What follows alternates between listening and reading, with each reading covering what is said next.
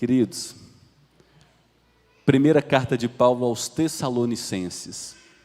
Pela graça de Deus, iniciamos hoje a série de mensagens expositivas nas duas cartas de Paulo aos Tessalonicenses, com a temática Como nos preparar para o retorno de Jesus Cristo. Ele está prestes a retornar, virá como ladrão de noite. Ele nos advertiu várias vezes de que quando ele voltar na ocasião de seu retorno, os homens viverão vidas normais, se casando, dando seus filhos em casamento, vivendo suas vidas. Haverá uma marca muito comum na humanidade, que é o esfriamento do amor, o esfriamento do desejo de realmente viver a vontade de Deus. Cristo está às portas. Ele disse que ao longo da história sempre existiria guerra, rumor de guerra, pai se levantando contra filho, nação contra nação, perseguição religiosa. Nós vivemos em Anápolis, uma cidade de predominância cristã, mas o século XX foi o século de maior número de perseguição religiosa de toda a história. Foi o século que contabilizou o maior número de cristãos mortos por conta de suas convicções, de que Jesus é Senhor e Salvador, de que Jesus é o Cristo. Perseguição religiosa acontece e acontece severamente. Jesus nos disse que todos esses eventos, eles são como uma mulher que está grávida. E na medida que sua gravidez avança para o fim, ela vai tendo contrações. E as contrações se intensificam. E se intensificam de tal maneira que chega o momento da mulher grávida dar à luz. E Jesus disse que da mesma maneira ocorreria com o seu retorno. Tudo o que vemos é uma mulher grávida, com contrações que se intensificam, que apontam para uma realidade inevitável, o retorno glorioso do nosso Senhor Jesus Cristo. Portanto, como povo de Deus, é fundamental saber como nós devemos nos preparar para o retorno de Jesus. Primeira carta de Paulo aos Tessalonicenses, do verso 1 ao verso 10. Paulo, Silvano e Timóteo, à igreja dos Tessalonicenses, em Deus Pai e no Senhor Jesus Cristo. Que a graça e a paz estejam com vocês. Sempre damos graças a Deus por todos vocês, fazendo menção de vocês em nossas orações, e sem cessar, lembrando-nos diante do nosso Deus e Pai, da operosidade da fé que vocês têm, da dedicação do amor de vocês, e da firmeza da esperança que têm em nosso Senhor Jesus Cristo. Sabemos, irmãos amados por Deus, que Ele os escolheu, porque o nosso Evangelho não chegou a vocês somente em palavra, mas também em poder, no Espírito Santo e em plena convicção. E vocês sabem muito bem qual foi o nosso modo de agir entre vocês, para o próprio bem de vocês. E vocês se tornaram nossos imitadores e do Senhor, recebendo a palavra com a alegria que vem do Espírito Santo, apesar dos muitos sofrimentos. Assim, vocês se tornaram modelo para todos os crentes na Macedônia e na Acaia, porque a partir de vocês a palavra do Senhor repercutiu não só na Macedônia e na Acaia, mas a fé que vocês têm em Deus repercutiu em todos os lugares, a ponto de não termos necessidade de dizer mais nada a respeito disso. Porque no que se refere a nós, as pessoas desses lugares falam sobre como foi a nossa chegada no meio de vocês e como, deixando os ídolos, vocês se converteram a Deus, para servir o Deus vivo e verdadeiro e para aguardar dos céus o seu Filho, a quem Ele ressuscitou dentre os mortos, a saber, Jesus, que nos livra da ira vindoura. Paulo, nesses primeiros 10 versículos, ele testifica uma realidade que ele via nessa igreja que estava na cidade de Tessalônica. Paulo disse: eu louvo a Deus, eu agradeço a Deus, porque vejo em vocês evidências da eleição, vejo em vocês evidências de que a fé que vocês possuem é verdadeira, não é espúria, não é religião de homens, não é tradicionalismo, é fé no Deus vivo, no Cordeiro que ressuscitou ao terceiro dia, subiu aos céus, está sentado à direita de Deus e voltará em glória. Eu creio que vocês depositaram a esperança de suas vidas e de sua eternidade em Jesus Cristo, que nos livra da ira vindoura. E para a gente compreender por que Paulo agradece a Deus por essa igreja de fato apresentar evidências de sua eleição, eu quero que a gente faça uma rápida viagem sobre o início dessa igreja, sobre a fundação dessa igreja. Eu peço, portanto, que você deixe marcado na primeira carta aos Tessalonicenses e volte para Atos, capítulo 17. Em Atos, capítulo 17, nós temos o nascimento da igreja na cidade de Tessalônica. Paulo havia pregado o evangelho na cidade de Filipos, em Atos, capítulo 16. Ele foi espancado, sofreu chicoteamento. Ali ele cantava e adorava a Deus à noite, porque não conseguia dormir, dada a intensidade das dores. Aconteceu um milagre, o chão tremeu, as celas se abriram, o carcereiro ia tirar a sua vida, mas Paulo disse: estamos aqui.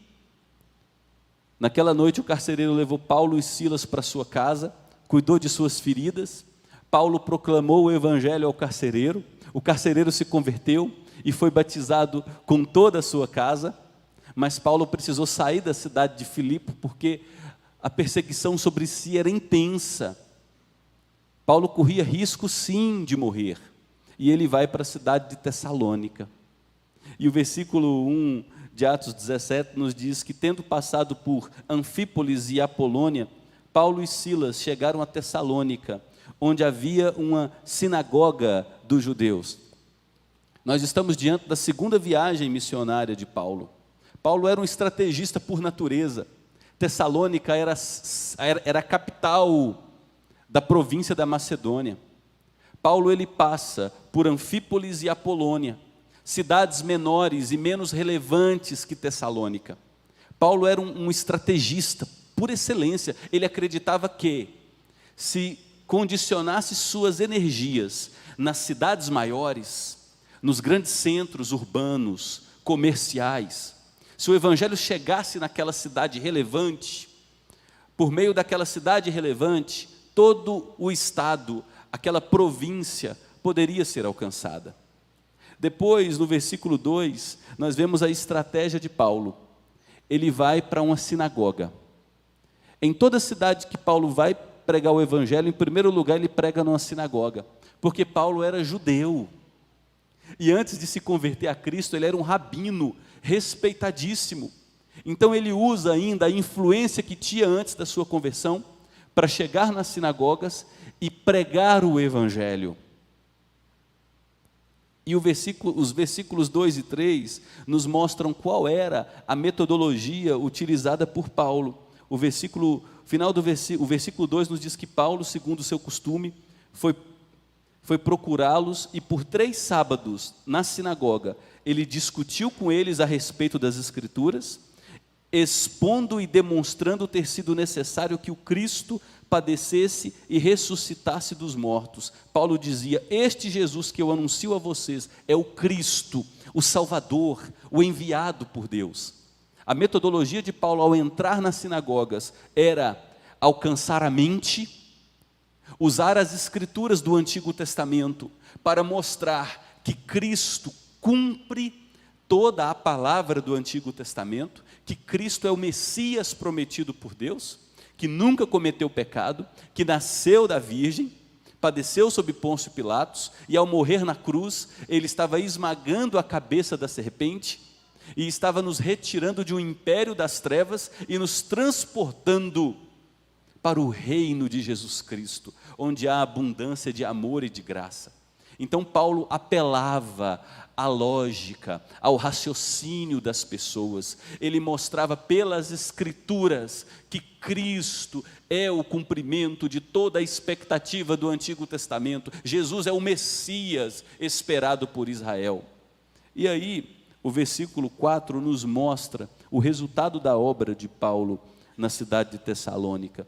alguns deles foram persuadidos e se juntaram a Paulo e Silas. Quem são esses alguns? Alguns judeus que estavam na sinagoga.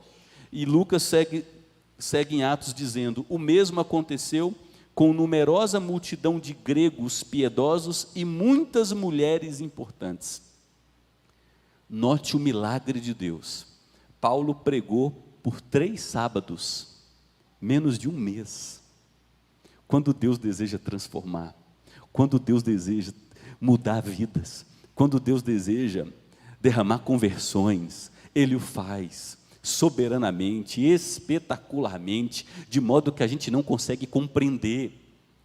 Bastou 3 sábados de pregação do apóstolo Paulo, e um grupo de judeus que frequentava aquela sinagoga se converteu, e uma pequena multidão de gentios convertidos ao judaísmo também se converteu.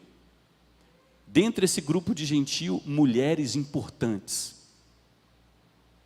E aí o texto diz que por conta dessa conversão de gentios, os judeus se enciumaram. E aí o versículo 5 a 7 nos traz a severa oposição que Paulo recebeu na cidade de Tessalônica. Os judeus, porém, movidos de inveja, trazendo consigo alguns homens maus dentre a malandragem, reuniram uma multidão e provocaram um tumulto na cidade. Esses judeus atacaram de surpresa a casa de Jason, procuravam trazer Paulo e Silas para o meio do povo, porém eles não encontraram Paulo e Silas, então eles arrastaram Jason e alguns irmãos diante das autoridades, gritando: estes que promovem tumulto em todo o mundo, chegaram também aqui. A fama de Paulo já tinha corrido, de que ele, onde chegava, causava transtorno.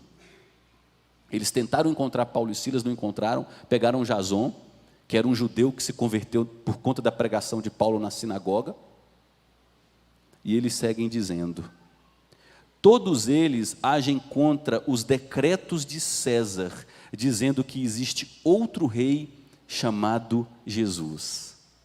A acusação que os judeus fizeram contra Paulo e Silas era uma acusação muito séria. Eles estão dizendo que Jesus Cristo se levantou para conspirar contra o reinado de César, o imperador romano. Qual que era o problema disso? O Império Romano era conhecido por sua crueldade. Era um império autoritário. Eles não admitiam qualquer insurreição, qualquer motim era abafado com mão de ferro. Essa é a razão de o verso 8 nos dizer que tanto a multidão como as autoridades ficaram agitadas ao ouvir estas palavras. Ficaram preocupados, porque se esses homens estimulassem a cidade a se levantar contra a autoridade de César, o imperador romano, aquela cidade poderia ser destruída, num abrir e fechar de olhos pelo agressivo exército do Império Romano. Só que eles não puderam fazer muitas coisas. O verso 9 nos diz que, depois de terem recebido deles a fiança estipulada, as autoridades soltaram Jason e os outros, mas Paulo e Silas continuavam correndo risco de morte. É por isso que o versículo 10 de Atos 17 nos diz que durante a noite, os irmãos que se converteram enviaram Paulo e Silas para a cidade de Bereia. Paulo e Silas precisaram fugir de Bereia para não serem mortos. Aí Paulo vai para a cidade de Bereia e ele prega o evangelho. Uma igreja nasce na cidade de Bereia, uma igreja próspera. Os mesmos judeus de Tessalônica vão até a cidade de Bereia e conspiram contra Paulo. Paulo precisa fugir de Bereia e ele vai para a cidade de Atenas, em Atos capítulo 17. Ele fica pouco tempo na cidade de Atenas, porque a cidade de Atenas era incrivelmente idólatra. Do trevo até a entrada da cidade de Atenas, você percorria cerca de 3 quilômetros. E de um lado e de outro, havia imagens construídas com o nome dos deuses adorados pelos atenienses. Eram 10.000 deuses. Os atenienses eram tão idólatras, que com medo de esquecer o nome de um deus, eles levantaram uma imagem e colocaram ao Deus desconhecido. Caso eles deixassem de adorar um Deus, tinha um Deus desconhecido lá para se sentir adorado também pelos atenienses. Paulo sai de Atenas e vai para a cidade de Corinto, onde ele fica 1 ano e meio.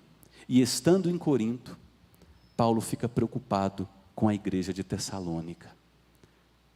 3 semanas pregando o evangelho, nasceu uma igreja, mas o pastor precisou ir embora.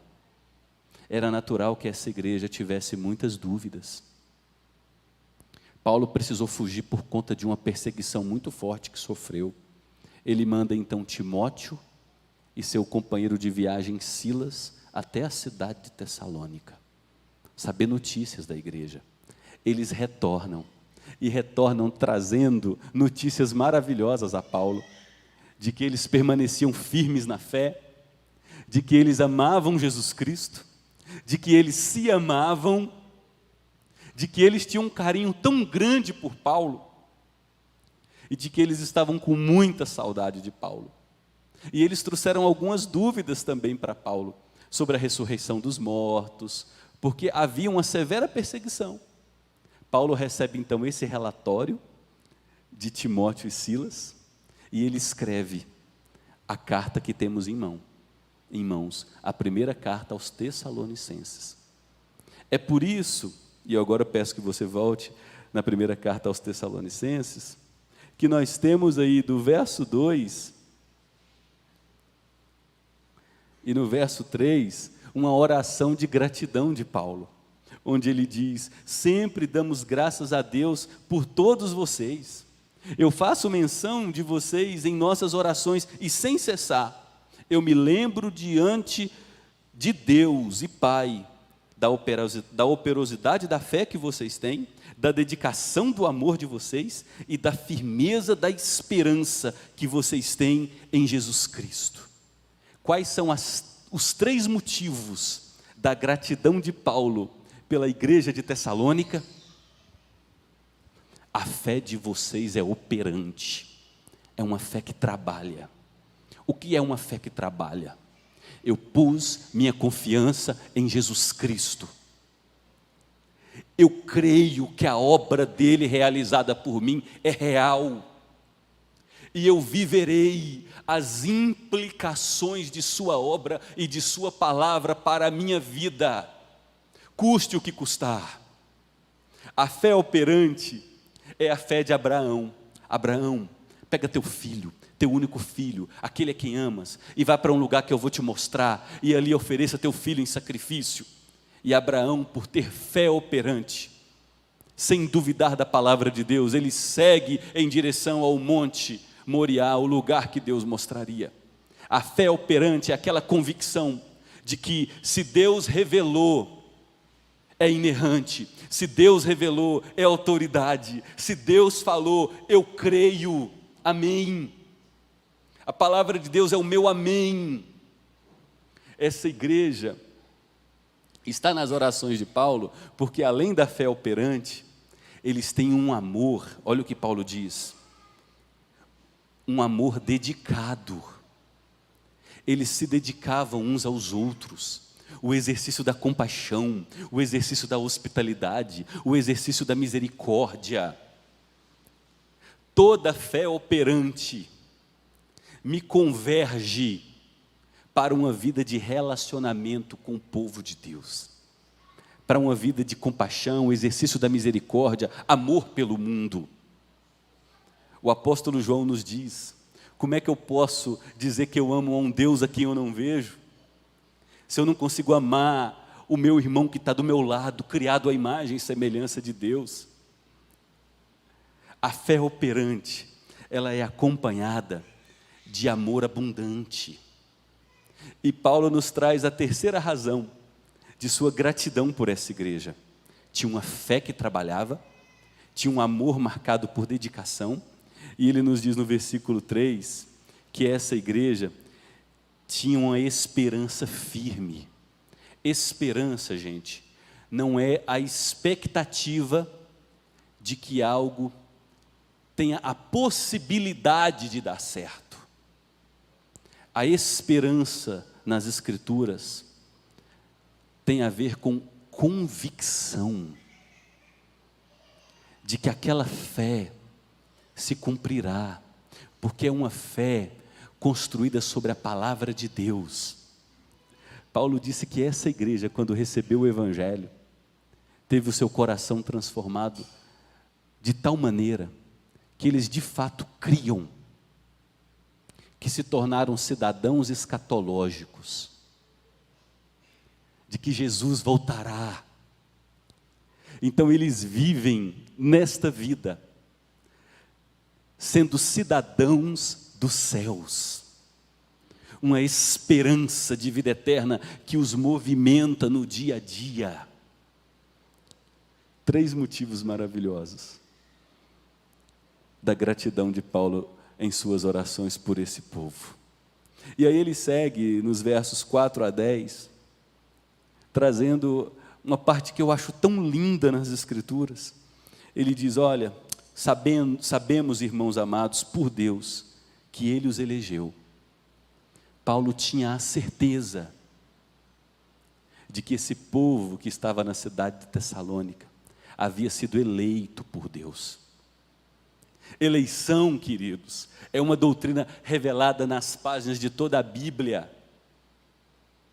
A eleição não tem a ver com a presciência de Deus. Deus viu aqueles que no futuro creriam nele, então o salvou. Não, eleição tem a ver com o decreto eterno de Deus, estabelecido na eternidade, antes da fundação do mundo, onde Deus escolheu livre e gratuitamente um povo para si, para salvar, através da obra de Jesus Cristo no Calvário. E Paulo diz: eu tenho certeza, meus amados irmãos, que a eleição de vocês é verdadeira. E Paulo traz aqui 4 motivos, 4 razões que apontavam para o fato de que a eleição desse povo era verdadeira, era uma fé salvadora. Em primeiro lugar, o primeiro motivo está nos versos 4 e 5. Paulo nos diz: porque o nosso evangelho não chegou a vocês somente em palavra, mas também em poder no Espírito Santo e em plena convicção. O primeiro motivo que apontava para a eleição desse povo: eles receberam a palavra de Deus com entusiasmo, com alegria. Queridos, os eleitos de Deus amam a palavra de Deus. Os eleitos de Deus se deleitam com o ensino das Escrituras. Em Efésios capítulo 1, versículos 13 e 14, Paulo nos diz que a fé é colocada em nós na medida em que o Evangelho é pregado. Aí o Espírito Santo é enviado por Deus e faz cair as escamas, a cegueira dos nossos olhos, fazendo-nos enxergar a pessoa de Jesus e sua obra salvadora e gratuita em nosso lugar. Em Romanos capítulo 10, Paulo diz que a fé vem pelo ouvir, e o ouvir a pregação do Evangelho. Isso aqui é um filtro simples, para você compreender se a eleição alcançou sua vida ou não. Eu tenho amor pela palavra de Deus. Eu desejo conduzir minha vida segundo a vontade e a instrução de Deus. Esta marca estava fortemente presente na vida dos tessalonicenses. Vocês acolheram a palavra com alegria, com entusiasmo. O segundo motivo de Paulo, porque ele acreditava que esse povo era eleito por Deus, está nos versos 6 a 8. Paulo diz: e vocês se tornaram nossos imitadores, e imitadores do Senhor, recebendo a palavra com a alegria que vem do Espírito Santo, apesar dos muitos sofrimentos. Quando a gente pensa na nossa cultura em imitação, a gente associa com falta de criatividade, a gente associa com alguém roubando um projeto de outra pessoa. Mas no contexto de Paulo, imitação tem outro sentido. Imitação é você olhar para um exemplo excelente, para uma pessoa melhor que você, que traz uma mensagem gloriosa, e se espelhar na vida daquela pessoa. Foi isso que os tessalonicenses fizeram. Olharam para a vida de Paulo, de Silas, com as costas toda rasgada das feridas na cidade de Filipos, porque eles apanharam demais na cidade de Filipos, e ainda com dores, processo inflamatório. Paulo pregando o evangelho na cidade de Tessalônica, sem se preocupar com sua integridade. Que amor pela palavra, que amor por Deus, que amor por gente perdida Paulo tinha. E essa igreja viu esse empenho de Paulo e se inspirou em Paulo. Eles imitaram o amor de Paulo pela palavra, eles imitaram o amor de Paulo pela pregação do evangelho, eles imitaram o amor de Paulo por pessoas, a ponto de se expor, de não se preocupar com sua integridade, porque tem gente indo para o inferno que receberá a ira de Jesus Cristo. E essa igreja acolheu a palavra e se tornou imitadora de Paulo. E ao se tornar imitadora de Paulo, veja o que aconteceu com essa igreja, gente. Os versículos 7 e 8 nos dizem: assim, vocês se tornaram um modelo. Primeiro imitaram Paulo, agora eles se tornaram um modelo para todos os crentes, na província da Macedônia e em outra província, na província da Acaia. Porque a partir de vocês, a palavra do Senhor repercutiu não só na Macedônia e na Acaia, mas a fé que vocês têm em Deus repercutiu em todos os lugares, a ponto de não termos necessidade de dizer mais nada a respeito disso. Os convertidos de Tessalônica se tornaram inspiração para outras regiões, mesmo enfrentando adversidades. Tinha gente morrendo por causa de sua fé, tinha gente sendo presa por causa de sua fé, tinha gente apanhando por causa de sua fé, tinha gente perdendo o emprego por causa de sua fé. Mas eles acolheram a palavra, eles creram na palavra, eles receberam de Deus uma fé real, robusta, eles viram a abnegação, a dedicação do apóstolo Paulo, eles se inspiraram no amor exalado pela vida do apóstolo Paulo, e eles se tornaram modelos agora de amor, de uma fé real, de uma esperança de vida eterna, porque quem olha para Jesus, quem sabe que é cidadão da eternidade, não viverá covardemente. Quem sabe o que espera, quem sabe a cidade aonde habitará, os novos céus e a nova terra, não tem medo de ser martirizado, não tem medo de ser ferido por causa do evangelho, não tem vergonhinha de pregar o evangelho no trabalho, não tem vergonhinha de dar um bom testemunho para a vizinhança, não tem vergonha de procurar impactar seu bairro e sua cidade. Quem tem uma visão da eternidade, sonha com gente salva, quer ver seus filhos redimidos, quer ver seus filhos confessando Jesus como Senhor e Salvador, confessando com os lábios e crendo no coração para a salvação. Quem é cidadão que olha para a eternidade e sabe que foi feito cidadão dos novos céus e da nova terra, olha para as nações e diz: meu Deus, mais de 2 bilhões de pessoas no mundo não podem ouvir o evangelho porque estão debaixo de regimes totalitários, regimes ateus, regimes ditatoriais. Este povo está morrendo e perecendo no inferno. Deus, usa-me, se eu não posso ir, Deus, está aqui minhas finanças, missionários, envie missionários, levante os nossos filhos, os nossos jovens, com fogo no coração, Deus, com amor evangelístico. Dê graça aos nossos empresários, torne os nossos empresários prósperos, bem-sucedidos, mas que o amor deles não esteja no bolso, não estejam nos negócios, mas estejam em Tua glória, no avanço da Tua palavra, na salvação de vidas. Isso aconteceu com essa igreja, queridos.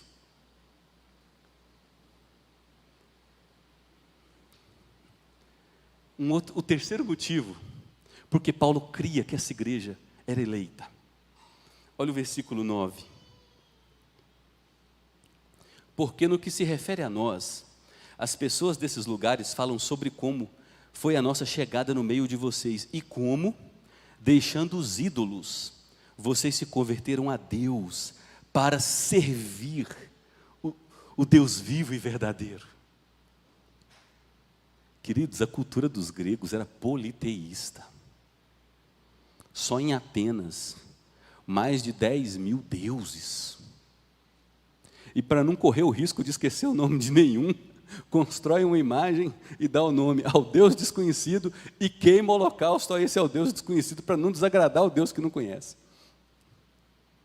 E Paulo está dizendo, quando o Evangelho alcançou a vida de vocês, vocês deixaram de lado a idolatria, deixaram de lado a macumbaria, deixaram de lado magia, deixaram de lado necromancia, deixaram de lado paganismo, e vocês se converteram de verdade ao Deus vivo e verdadeiro.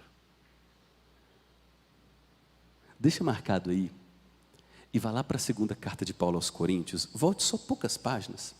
Segunda carta de Paulo aos Coríntios, olha só o que ele fala, quando a conversão alcança nossas vidas. Segunda carta aos Coríntios, capítulo 5. Versículo 17. Veja bem o que acontece quando alguém verdadeiramente é alcançado pelo poder do Evangelho. 2 Coríntios 5, verso 17. E assim, se alguém está em Cristo, é nova, nasceu de novo. Quem de fato está em Cristo nasceu de novo. As coisas antigas se passaram, tudo se fez novo. Quem é alcançado pelo Evangelho, quem é habitado pelo Espírito Santo, possui a mente de Deus habitando em si. O que significa a conversão em termos práticos? Volte algumas páginas, 1 Coríntios. Olha só, antes de 2 Coríntios. 1 Coríntios, capítulo 6. Versículo 9 em diante. 1 Coríntios 6, versículo 9. Ou vocês não sabem que os injustos não herdarão o reino de Deus? Quem são os injustos? Não se enganem. Nem imorais. Imorais aqui é porneia, no original. Todos os pecados de natureza sexual. Fornicação, masturbação, homossexualidade, sexo antes do casamento, adultério, lascívia.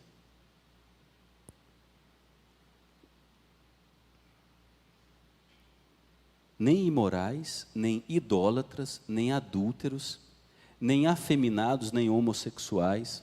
Essa expressão utilizada por Paulo aqui, afeminados e homossexuais, diz respeito ao ativo e ao passivo. Nem ladrões, nem avarentos, os que possuem amor ao dinheiro, os orgulhosos, os cobiçosos, nem bêbados, nem os fofoqueiros, nem roubadores herdarão o reino de Deus. Agora olha o que Paulo diz no verso 11. Alguns de vocês eram assim, mas vocês foram lavados, vocês foram santificados, vocês foram justificados no nome do Senhor Jesus Cristo e no Espírito do nosso Deus. Quando o Evangelho alcançou a vida desse povo, eles mudaram radicalmente. Foram feitos nova criação, as coisas antigas se passaram e tudo se fez novo. E Paulo diz, Tessalonicenses, isso está presente na vida de vocês. Vocês deixaram de viver o velho estilo de vida e vocês se enxergam agora como separados para Deus, para a glória de Deus. Louvado seja Deus. O último motivo que Paulo nos traz,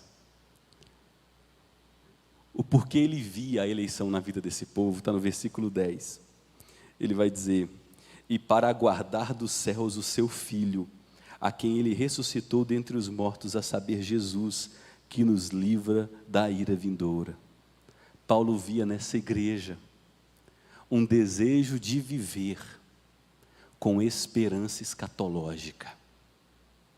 Eu sei que eu já sou salvo pela obra que Jesus Cristo começou em mim. Mas eu sei que eu ainda não sou completamente salvo. Haverá o retorno de Cristo, eu estarei com Ele, serei glorificado. O meu corpo mortal se revestirá de imortalidade, o meu corpo corruptível se revestirá de incorruptibilidade. E eu sei que nesse período, entre a minha salvação e a minha completa salvação, que é a glorificação, eu sei que eu vivo nesse mundo, olhando para o meu Senhor e dizendo: vem, vem, vem logo. Eu amo aguardar a sua vinda, porque eu não sou cidadão desta vida, eu pertenço aos novos céus e à nova terra. Eu não me encaixo na moda, eu não me encaixo na música, eu não me encaixo na arte, eu não me encaixo na expressão cultural promovida pela mídia, pelas séries, pelos filmes. Eu não me encaixo. Fere o meu coração na medida em que eu vejo o nome de Deus sendo blasfemado entre os povos. Fere o meu coração ver os povos não reconhecerem que um dia estarão diante da ira de Jesus Cristo. 4 motivos que apontavam para o fato de que essa igreja era eleita. Vocês se lembram dos motivos? Acolheram a palavra de Deus, imitaram Paulo e se tornaram referencial para outras pessoas. 3º motivo, abandonaram os ídolos. O jeito de viver apontou para uma realidade transformadora profunda em sua vida. Ah, olha, eu vou para a igreja, tá, mulher? Mas eu não dou conta de abandonar o meu dia de domingo todo com cerveja não, tá? Querido, se esse teu prazer é mais importante que a tua preocupação em cultuar a Deus do jeito certo, é evidência de que você ainda não abandonou os ídolos para servir o Deus vivo e verdadeiro. Jesus disse: pelos seus frutos o conhecereis. Você não vai num espinheiro à procura de pêssegos suculentos. E quando você chega a uma videira, você não vai colher dela erva daninha. A árvore boa, plantada num terreno bom, recebendo os nutrientes saudáveis, naturalmente produzirá o quê? Frutos. Frutos de justiça. O eleito de Deus, ele vive de maneira natural uma vida transformada, porque ele foi encantado pela obra maravilhosa de Deus em Jesus Cristo. Ele não consegue não viver daquela maneira. Ele ama Jesus como seu tesouro precioso. Ele teme ofender a seu Senhor, o amado de sua alma. Ele quer conhecer a vontade de seu Senhor. Ele quer viver como seu Senhor viveu. Ele quer se preocupar se o Senhor tem aquilo como vontade para a sua vida. Porque ele olha para o futuro e ele sabe: está chegando, está chegando, está chegando, o meu Redentor está chegando. 4 motivos que apontavam para a eleição dessa igreja. Há os inimigos da eleição. Há um grande número de brasileiros que abominam a doutrina da eleição. Lamentavelmente estão igrejas evangélicas no Brasil. E eles dizem: se a eleição é verdadeira, a gente pode viver da maneira como quer. Paulo diz: não, é o contrário. A eleição verdadeira, ela produz uma santidade, um amor pela palavra. E essa santidade, esse amor pela palavra, essa esperança no retorno de Jesus, esse abandono da vida cheia de idolatria, de paixões, ela é o testemunho natural de que a eleição é verdadeira. Eu concluo essa mensagem fazendo uma pergunta, que é o tema da nossa série de exposições nas cartas aos Tessalonicenses. Como eu e você podemos nos preparar para o retorno de Jesus Cristo? Como nós podemos nos preparar?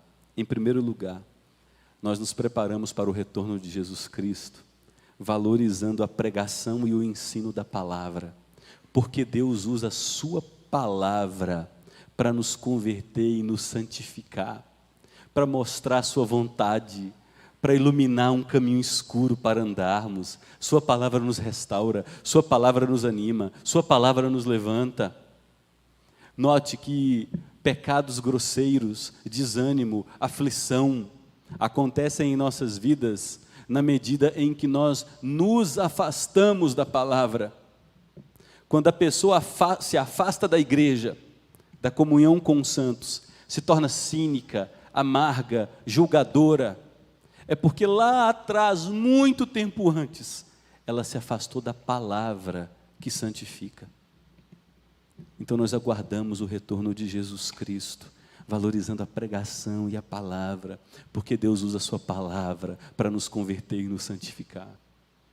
Em segundo lugar, meu caro irmão e irmã, convidado que está aqui nessa noite, amigo que nos visita, nós aguardamos o retorno de Jesus Cristo, avaliando nossas vidas, à luz da tríplice gratidão de Paulo: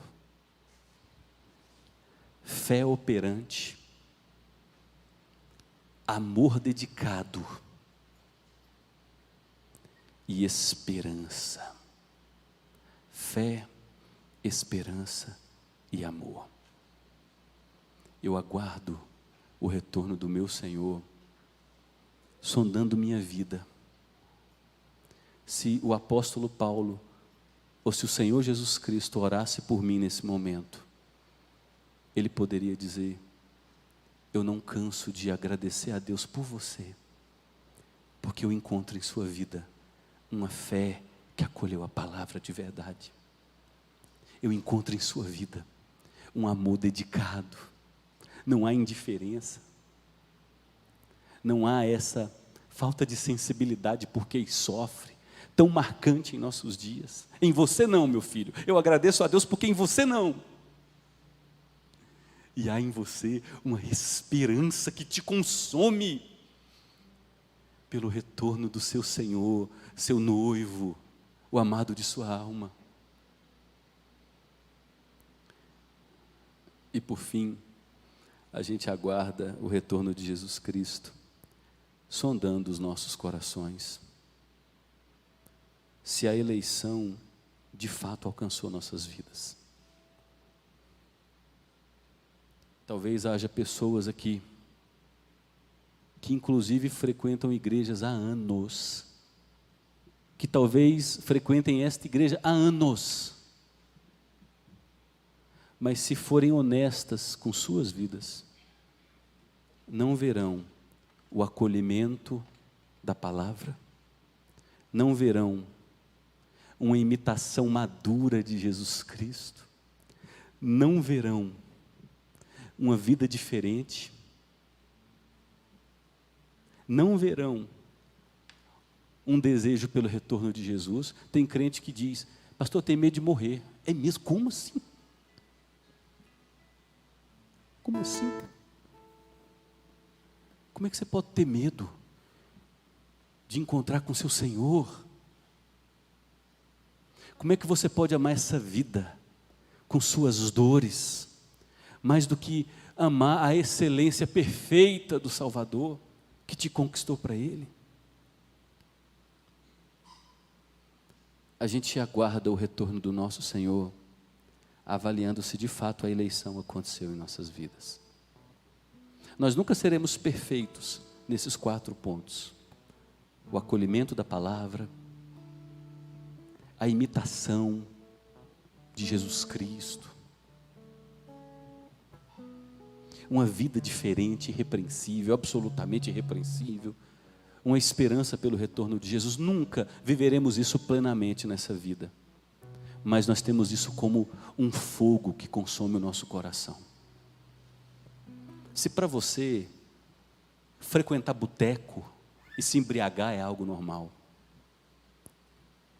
se para você ir para boate, beija uma pessoa aqui, beija outra ali, se para você ter relacionamento sexual com uma pessoa que não é teu marido legítimo, tua esposa legítima, se isso é normal, se para você a sua vida já está difícil demais, o outro é que lide com as dificuldades dele, é bem provável que a eleição não alcançou a tua vida, a salvação não alcançou a tua vida. E se isso não aconteceu, o fato de você estar aqui ouvindo o Evangelho evidencia que Deus te trata com graça, te trata com paciência, e está dizendo: arrependa-se, reconcilie-te com seu Senhor. Deus é santo, santo, santo, santo, santo, habita entre os querubins e serafins. Ele não pode contemplar o mal, Ele não tolerará o mal em sua vida, a iniquidade em sua vida, e só há uma maneira de você comparecer diante de Deus, é estando debaixo de Jesus Cristo, que por você gritou no Calvário: tetelestai, eu recebi a punição do castigo dele em mim, dela em mim. Meu querido, você pode ter 50 anos de igreja, de prédio, de denominação, mas se você não tiver 1/1000 de segundo de vida com Jesus Cristo, de rendição integral a Jesus Cristo, você perecerá eternamente no inferno, recebendo a ira de Jesus Cristo. E Paulo disse: como eu agradeço a Deus, porque vocês se converteram, e a ira de Jesus não vai alcançar vocês. Paulo é amoroso, ele estimula os crentes. Eu agradeço por vocês. A gente precisa de estímulo. Eu agradeço por vocês. Eu vejo uma fé verdadeira em vocês. Siga caminhando nessa fé, porque aquele que perseverar até o fim, esse será salvo. Amém, igreja?